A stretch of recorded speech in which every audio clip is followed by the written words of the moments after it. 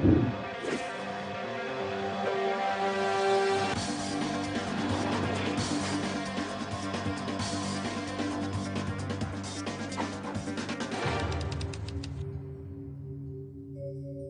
rythmes scolaires qui n'ont aucun équivalent en Europe seront revus. Tout le monde est pour. C'est une réforme très importante, c'est l'intérêt des élèves. François Hollande l'a promise, Vincent Peillon l'a faite. La réforme des rythmes scolaires, dont on parle depuis des années, voit le jour à la rentrée 2013. Facultative la première année, elle n'est mise en place que par 4000 villes, soit moins de 20% des communes. Son principe pour les écoles primaires et maternelles, revenir à la semaine de 4 jours et demi, en ajoutant des cours le mercredi ou le samedi matin, tout en allégeant les autres jours. Et 3 heures d'activité périscolaire doivent être organisées dans la semaine. Très vite, parents d'élèves et enseignants protestent.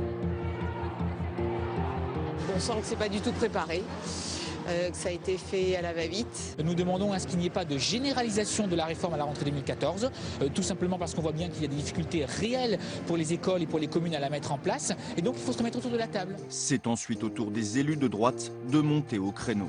C'est un casse-tête sans précédent.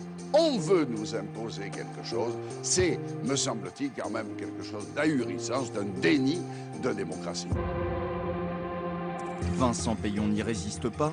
Il est remplacé par Benoît Hamon à l'Éducation nationale et son projet est remanié. J'ai entendu les remarques de bonne foi venant des élus. Ainsi, le cadre réglementaire sera assoupli. Soyons disponibles, ouverts à des discussions qui, dans un certain nombre de villes, peuvent amener à compléter les dispositifs que nous avions retenus par d'autres dispositifs expérimentaux. Où est l'intérêt de l'enfant dans ce projet? Le financement des activités périscolaires sera-t-il assuré? Dans quelles conditions cette réforme sera-t-elle généralisée? Une chose est sûre, à la rentrée 2014, 100% des écoles publiques doivent appliquer ces nouveaux rythmes scolaires.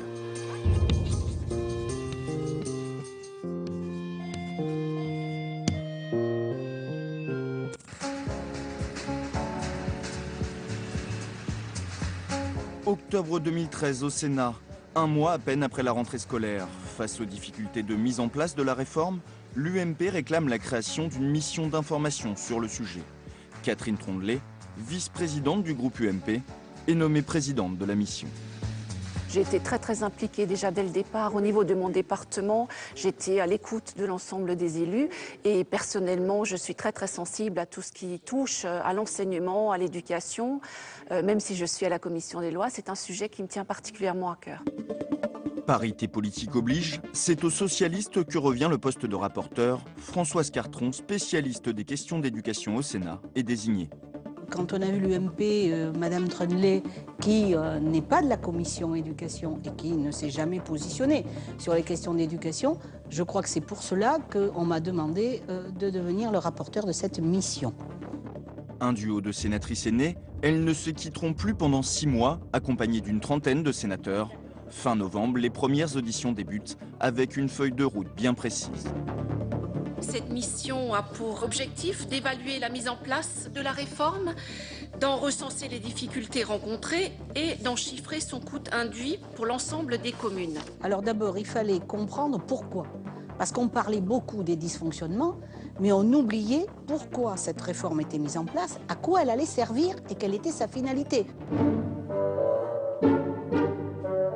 Pour comprendre la réforme des rythmes scolaires, un petit rappel historique est nécessaire. C'est à la rentrée de 2008 que Xavier Darcos, alors ministre de l'Éducation nationale de Nicolas Sarkozy, impose le retour à la semaine de 4 jours. Aucune grève côté enseignants, ni de mécontentement des parents, tout le monde s'accommodant assez bien du samedi libéré et de la pause du mercredi.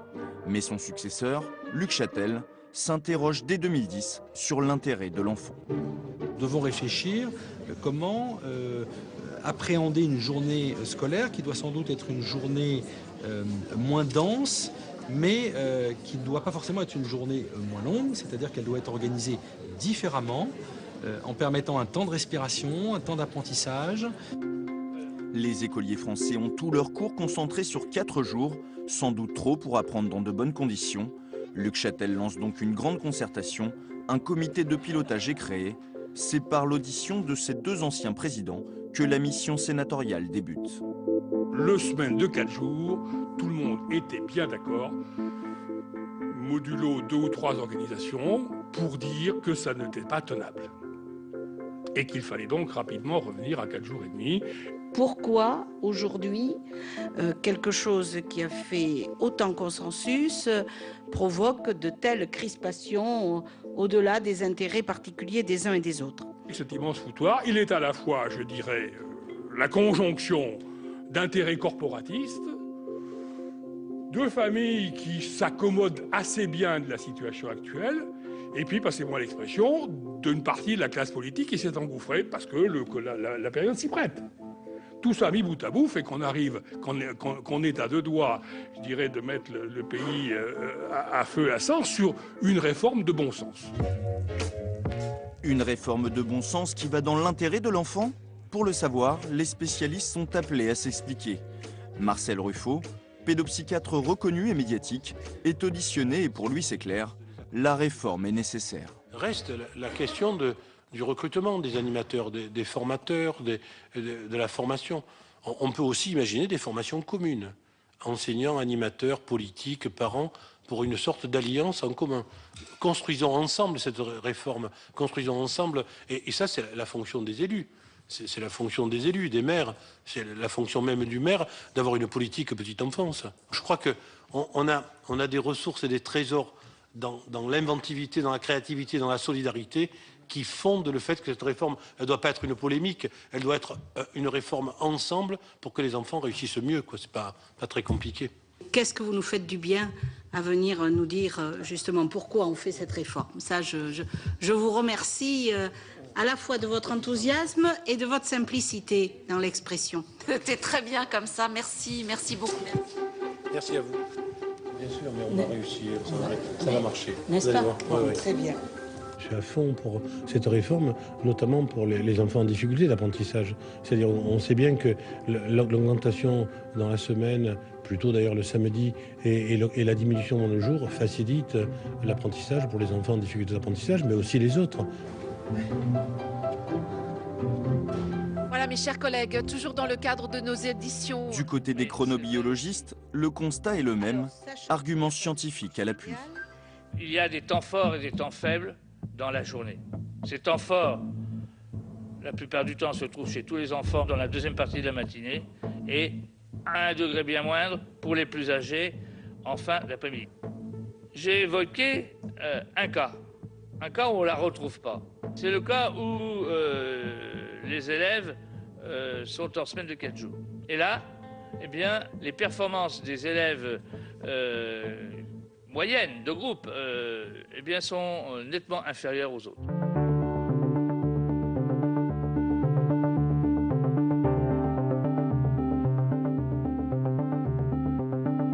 Alors qu'au Sénat, les auditions s'enchaînent, sur le terrain, les maires commencent à préparer la prochaine rentrée.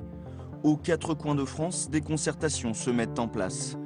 Et dans certaines communes, les édiles demandent leur préférence à la population.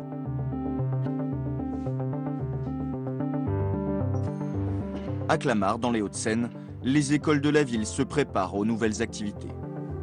Ici, c'est une école de 7 classes, donc il va de la petite section à la grande section. Donc on sait bien que pour l'an prochain, eh bien, ces classes devront être disponibles sur le temps périscolaire. Il va falloir s'organiser. Du choix du mercredi ou du samedi matin aux horaires des activités périscolaires, les parents, enseignants et personnels décident la future organisation. Si j'ai choisi de faire voter, c'est pour que, à la fois, tout le monde s'approprie bien les enjeux, s'approprie bien les différentes solutions et qu'on puisse prendre la solution qui a le plus de soutien. Impliquer tout le monde, une manière d'apaiser les tensions et de laisser du temps aux enseignants pour se préparer à cette petite révolution. Heureusement qu'on a cette année entière de réflexion pour justement prévoir tout ce qui peut arriver au dernier moment. Oui, l'intervenant qui n'est pas là, l'angoisse de retrouver du désordre dans la classe, l'angoisse qu'il n'y ait pas les mêmes règles de fonctionnement. Au-delà de la concertation, la ville a aussi fait ses comptes pour mettre en place tous ces changements. Le reste à financer pour la ville risque d'être aux alentours de 200 000 €. Pour une commune comme Clamart de 53 000 habitants avec un budget de 100 millions d'euros, ces 200 000 € sont absorbables, surtout si ça permet une meilleure réussite scolaire des enfants. L'argent, le nerf de la guerre, surtout pour des collectivités locales soumises à de fortes économies. Pour accompagner cette réforme, le gouvernement a prévu plusieurs financements. D'abord, un fonds d'amorçage de 50 € par enfant versé par le ministère de l'Éducation nationale. Une aide portée à 90 € pour les communes rurales ou en milieu sensible. La deuxième partie de l'aide est versée par la Caisse nationale d'allocation familiale, la CAF, à hauteur de 54 € par enfant. Un montant maximum de 144 € par an par élève, pas très loin de la première évaluation faite par l'Association des maires de France. Est-ce qu'il n'était pas un petit peu hâtif et précipité d'annoncer, vous l'avez dit, c'est un chiffre médian, mais le coût de le fixer, l'Association des maires de France, à 150 €. On était effectivement sur un prix moyen de 150 €. Mais 150 €, c'était hors restauration scolaire, hors transport, hors locaux, hors chauffage. C'est la prestation, si je puis dire, d'animation en dehors de tout autre coût. Seules les communes appliquant la réforme à la rentrée 2013 pouvaient au départ profiter du fonds d'amorçage. Mais face à la grogne, le gouvernement profite du Congrès des maires de France de novembre 2013 pour annoncer la prolongation de l'aide pour la rentrée prochaine. Nous avons intérêt, nous avons même nécessité, mais nécessité supérieure, à améliorer l'état de la réforme. J'y suis personnellement totalement disponible. Et je veux vraiment vous redire en concluant, votre présence si nombreuse, c'est un très bon signe pour l'école, très bon signe pour la République, et j'en suis très heureux comme ministre de l'Éducation nationale. Des annonces qui ne rassurent pas tous les élus. Les communes qui ont les moyens d'avoir et qui ont déjà les infrastructures et qui ont les éducateurs parce qu'ils ont des centres de loisirs, ils vont avoir la chance d'avoir des gens compétents et des gens qualifiés. Moi j'aimerais bien le faire, on est tous d'accord, mais avec quel argent ? Elle va favoriser les villes favorisées, bien sûr, où vous aurez des cours de violon pour les enfants, et les villes défavorisées où il y aura des cours de pâte à meubler. Ça, c'est inacceptable. Les sénateurs, souvent directement concernés par cette réforme dans leur fonction d'élus locaux, n'hésitent pas à relayer le message devant les services financiers du ministère de l'Éducation nationale. Financièrement parlant, puisqu'on parle finance cet après-midi, je pense qu'on est très loin du compte, si vous me le permettez. Madame la rapporteure parlait d'une expérience de 45 à 200 €. Chez nous, en Alsace, cela peut se monter, les évaluations, jusqu'à 450 €. Donc là, voilà il faut effectivement prendre en considération l'ensemble de ces éléments qui nous remontent. Pour être tout à fait franc, on n'est pas parti d'une analyse des coûts. On est parti du volume financier du fonds ou de l'enveloppe et on a construit les critères de répartition entre communes. C'était pas la compensation à l'euro près. Non. Voilà, c'est pour ça, on est sur un coût, voilà. Vous arrêtez à 2015, financement 2014 pas bouclé, et 2015 avec un grand point d'interrogation. Moi, j'ai compris qu'en 2014, c'était bouclé, pardon, Madame la Présidente, puisque je vois que les choses sont engagées. Il reste 33 millions à chercher. Est-ce qu'aujourd'hui, vous faites des simulations et peut-être pour une pérennisation, je ne sais pas, en sifflet ou dégressive, est-ce que vous êtes dans cette prospective-là ou pas encore? Voilà. Sur la question de la pérennisation, moi je m'en tiens aux annonces gouvernementales. On n'a pas commencé à faire de simulation sur la rentrée scolaire 2015. Monsieur le directeur général, mesdames et messieurs... Autre acteur du financement, la Caisse nationale des allocations familiales, la CAF. Pour toucher ces subventions, il faut monter des dossiers complexes qui découragent certaines communes.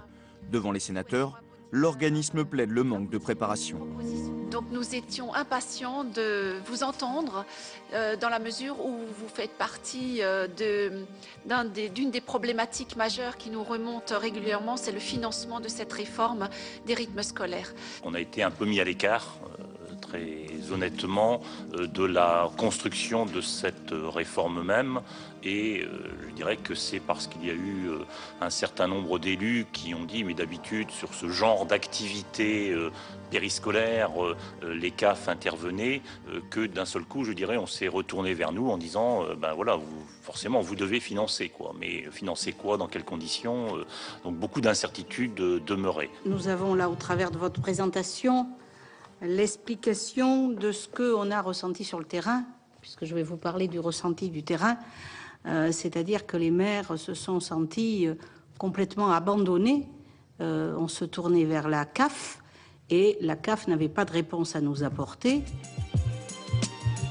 Un enjeu financier, mais surtout politique, car à l'approche des élections municipales de mars 2014, la droite en fait un argument électoral. C'est un sujet qui handicape nos finances. Alors bien entendu, tous les maires de France sont très attentifs. Les Français, à l'occasion de cette élection municipale, entre autres choses, vont dire clairement à François Hollande qu'ils ne peuvent plus supporter cette manière qu'a ce gouvernement de s'immiscer dans leur vie intime et dans l'éducation de leurs enfants. Madame Hidalgo a voulu être le meilleur élève de l'équipe sortante de Vincent Payon. Elle s'est exécutée, comme François Hollande lui demande quelque chose, mais sans les enfants qui en pâtissent aujourd'hui. Allez. La droite ne relâche pas la pression. Dans l'hémicycle, Vincent Payon devient une cible de choix et l'affrontement se durcit. À vous, monsieur Jacob, qui employez le vocabulaire de ceux qui n'aiment ni la démocratie, ni la République. Eh bien, monsieur Jacob, je suis pleinement engagé aux côtés du Premier ministre. Nous allons conduire jusqu'au bout la refonte de l'école et nous allons réparer ce que vous avez abîmé dans la réalité et dans les esprits. Au soir du second tour des élections municipales, la droite triomphe et les premiers mots du président de l'UMP, Jean-François Copé, évoquent la réforme tant contestée. Je demande au président de la République de ne pas rester sourd à l'exaspération des Français. Je demande au président de la République d'entendre le message de l'opposition que nous incarnons.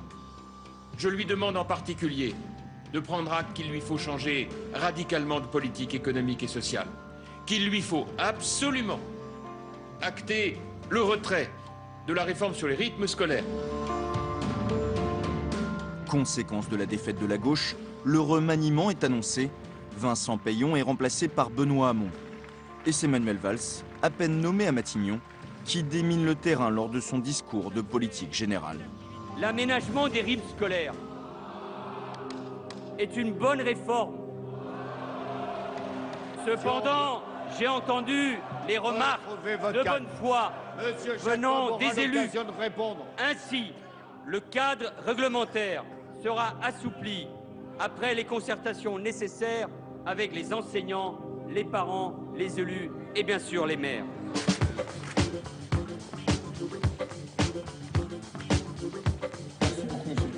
La concertation est rapide. 3 semaines plus tard, Benoît Hamon annonce un nouveau décret. Nous mettons en œuvre la réforme, mais soyons disponibles, ouverts à des discussions qui, dans un certain nombre de villes, peuvent amener à compléter les dispositifs que nous avions retenus par d'autres dispositifs expérimentaux. Cet assouplissement du décret détend clairement l'atmosphère dans la mission sénatoriale à l'heure d'auditionner le nouveau ministre. Après 6 mois de mission, je pense qu'elle est vraiment... elle a appris. Hein oui, oui, oui. Devant toi, je te remercie, parce que je sais que tu es une spécialiste. Mais tu te sens pas plus à l'aise à la fin qu'au début? Ah si, si, évidemment. D'autant que Benoît Hamon, avant même la publication du décret quelques jours plus tard, en précise les aménagements. La possibilité de rassembler l'ensemble du temps périscolaire, donc je rappelle qu'il est facultatif, mais de le rassembler sur une même demi-journée, non pas un matin, mais une après-midi, de façon à là, permettre que des intervenants, qui peuvent être les mêmes sur une intercommunalité, puissent le mardi aller sur la commune X, le jeudi sur la commune Y et le lundi sur la commune Z, le cas échéant, le vendredi sur la commune A. Bref, l'objectif est là d'alléger les coûts des activités périscolaires par la mutualisation. Vous avez beaucoup parlé d'apaisement, j'ai envie de vous dire je pense au nom de la Commission, que l'apaisement est déjà là, évidemment, grâce à l'assouplissement, mais aussi par votre présence. Vous n'avez esquivé aucune question, vous avez répondu à toutes les questions qui vous ont été posées. Vous l'avez fait avec beaucoup de perspicacité. Vous n'êtes ministre que depuis 15 jours, mais comme on le disait tout à l'heure avec Madame le rapporteur, vous avez appris très vite, vous avez pris toute la mesure de la difficulté de ce sujet-là. Si l'ambiance est apaisée, le nouveau décret pose aussi de nouveaux problèmes. Pensez-vous que donner la possibilité de regrouper les activités périscolaires en une seule en une seule demi-journée, donc un après-midi, respecte le principe de la refondation d'école qui visait l'allègement de la journée de classe des enfants. Les pressions sur les maires pour renégocier l'organisation et concentrer l'étape sur le vendredi après-midi, vous vous en doutez bien, vont être très très fortes. Je ne souhaite pas, moi, ma préférence, mon vœu ne va pas à ce que ce soit principalement le vendredi après-midi que l'on dégage le temps périscolaire. Je vois bien en quoi ça peut faciliter le déblocage de certaines situations, mais ça n'est pas ma préférence personnelle. Tous les spécialistes considèrent que c'est la pire des solutions pour les enfants. 2 jours et demi de coupure les déconnectant complètement de l'école. C'est pourtant le choix du vendredi après-midi qui a été fait à Lyon, dirigé par le socialiste Gérard Collomb, ou encore Clamart, où le nouveau maire est revenu sur le projet de l'ancienne équipe municipale.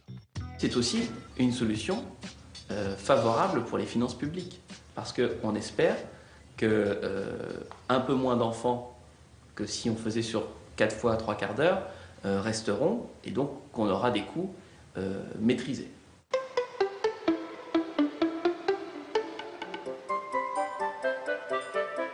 Mais toutes les communes ne font pas ce choix. Lors de ces déplacements, la mission se rend compte que des projets innovants voient le jour. Le secret, c'est quand on a donné priorité à l'enfance, ben voilà. Oui, c'est un parcours de longue date. Ah ben voilà. 2 jours avant la présentation du rapport, c'est en Haute-Savoie que les sénatrices se rendent. À Megève notamment, elles écoutent les spécificités des communes de montagne. Ici, on vit au rythme de la saison de ski. Le rythme de vie, l'hiver, est complètement différent. Et les parents travaillent de façon beaucoup plus intense, donc les enfants absorbent aussi ce travail-là, cette pression. Donc arriver à se poser le mercredi pour faire autre chose ou pour rester chez soi, ça nous paraît absolument important. Donc une rentrée anticipée au mois d'août qui nous permettrait de libérer 8 mercredis du second trimestre, c'est-à-dire 8 demi-journées. Donc on aurait les mercredis de janvier jusqu'à mars de libérer au second trimestre. Donc on voit qu'il y a moyen maintenant de mettre en œuvre ces rythmes scolaires. Sur l'assouplissement porté par le ministre, et en disant mais peut-être que ça va ouvrir la porte à des dérives. Je pense que vous êtes l'exemple qui justifie l'assouplissement sans avoir dénaturé ce qui était l'objectif de la réforme. Quasiment tout est inimaginable parce qu'il reste quand même les fondamentaux. Hein. Il reste quand même les journées, les 24 heures sur la semaine, les journées qui ne peuvent pas être au-delà de 6 heures, ce qui est indispensable aussi. Mais cette adaptabilité permet effectivement d'avoir, si vous voulez, sur un même territoire, différentes possibilités de mise en application de la réforme. Si je te disais... Oh non, j'arrête. Bon. C'est dans une ambiance détendue que les 2 sénatrices regagnent Paris avant que Françoise Cartron ne finalise son rapport pour une présentation 2 jours après, le 14 mai. Non mais je peux et après... Quelques minutes avant le début de la réunion, elle apprend que les sénateurs UMP organisent une conférence de presse dès la sortie. Normalement, celle-ci devait avoir lieu en commun le lendemain matin. Françoise Cartron l'a compris, son rapport est en danger. Très bien. Bonjour. La présidente arrive, tout aussi tendue, et la réunion peut commencer. Mes chers collègues, nous sommes réunis aujourd'hui pour la présentation du rapport final de la mission commune d'information sur l'application des rythmes scolaires. Ah bah oui, donc ça y est, 6 mois de travail mis à la poubelle, j'ai jamais vu ça. C'est indispensable, mais il ne faut pas le faire. C'est la nouveauté de l'UMP. Voilà, c'est indispensable, mais on ne le fait pas. Et donc, après avoir supprimé 3 heures de classe, après avoir supprimé 60 000 postes, je crois qu'ils peuvent avoir le titre de fossoyeurs de l'éducation nationale. Il y a un véritable travail de fond qui a été réalisé, tout le monde en convient. Tout le monde en convient également qu'il faut avancer pour trouver de meilleures solutions pour nos petits écoliers. Mais en l'état actuel de la situation, les propositions telles qu'elles ont été présentées par Madame le rapporteur dans son rapport ne suffisent pas à garantir aux maires une pérennité quant au financement. Rapport rejeté par 16 voix contre 15, les sénateurs UMP et centristes ont voté contre. Le groupe communiste n'a pas pris part au vote, faisant basculer la majorité. La rupture est consommée, chaque groupe politique organise une conférence de presse de son côté, C'est la première fois qu'un rapport d'information sénatorial est ainsi totalement rejeté. Pourtant, une semaine avant, lors de la finalisation du rapport, rien ne laissait supposer un tel échec. Je finalise la rédaction du rapport et bien évidemment, je prends contact avec elle pour savoir si elle voulait qu'on ait un regard commun par rapport en particulier aux préconisations que je fais. J'avais souhaité apporter quelques modifications de fond, de forme aussi, et voilà un petit peu comment ça s'est passé. Et là, point par point, Madame Tranlé propose la rédaction de telle ou telle proposition, la fusion de telle ou telle proposition, et nous nous mettons d'accord sur les 18 propositions qui sont inscrites dans le rapport. Il est évident qu'il ne m'appartenait pas, si vous voulez, de défendre un positionnement politique par rapport à la démarche de Madame Cartron sur l'écriture de son rapport. Françoise Cartron, dans ses 18 propositions, avait pourtant réclamé la pérennisation de l'aide de l'État. L'UMP voulait aller plus loin en réclamant un moratoire d'1 an et une liberté des maires dans l'organisation des temps scolaires. Impossible dans ces conditions d'arriver à un accord. Le lendemain, en séance, l'affrontement se poursuit lors des questions d'actualité au gouvernement, en présence de Benoît Hamon. La parole est à Catherine Trundlé pour le groupe UMP. Le décret du 8 mai présente des avancées certaines, mais il interroge et est très insuffisant, voire contre-productif. Vous nous avez demandé de mieux tenir compte des maternelles, nous l'avons fait. Mieux tenir compte des communes rurales, nous le faisons en permettant de concentrer le temps périscolaire sur une après-midi. C'était votre recommandation. Maintenant, vous nous dites le décret complémentaire est contre-productif alors qu'il répond à vos demandes. J'ajoute que vous nous avez demandé de prolonger d'une année supplémentaire le fonds d'amorçage. Le Premier ministre l'a décidé. Si vous choisissez aujourd'hui de changer d'avis, je le regrette parce que ce n'est pas l'intérêt de l'enfant. Merci. Les oppositions persistent, mais à la rentrée, toutes les communes doivent appliquer la réforme. Au Sénat, les sénateurs UMP ne désarment pas. Une proposition de loi demandant un moratoire jusqu'en 2015 et le financement à long terme de la réforme est déposée. Jusqu'aux élections sénatoriales du 28 septembre 2014, les rythmes scolaires restent un sujet d'affrontement.